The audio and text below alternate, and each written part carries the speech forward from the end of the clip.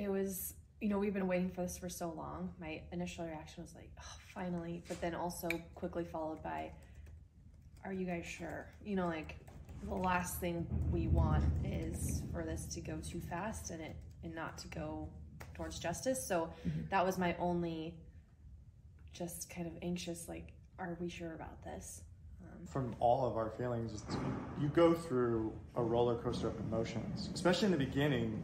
You're like, I don't know how long this is going to take, and you want to believe that it's going to happen, but then the longer that it takes, you start to doubt that, like, is this ever going to happen? And there's so many people who are fighting for justice and they never get those answers, even when they're, you know, still living. And I think that was our biggest fear, is that we wouldn't be able to live until we got to see justice. And I think all of us today are very relieved of that this is a very big, monumental day in our family's history.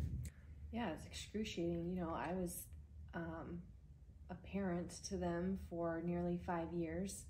They were with us every other week. Abby and I were extremely close. And so not being able to comfort her or know how she's doing with the loss of her dad was really hard.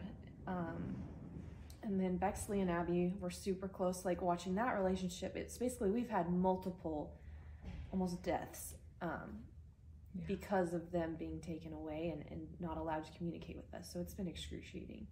Yeah, and that's why I was so emotional this morning, is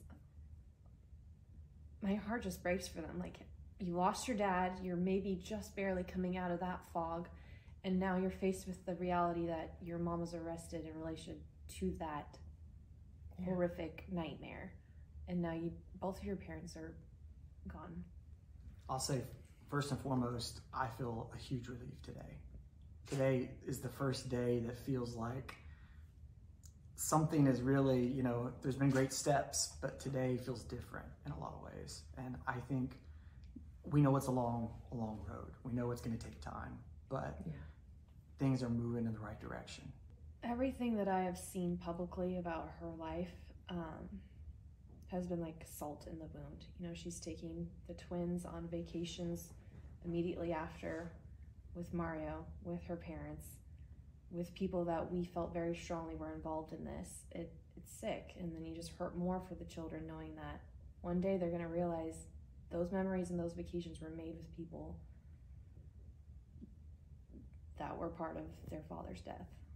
So with the 2 previous arrests, because she would often talk about bad guys hurt my dad, I thought it was important that she know that 2 bad guys are gone. She doesn't have to worry about them anymore. And with her not being able to communicate with her siblings, I've told her I've tried. She asked about them. I've asked their mom. She said no.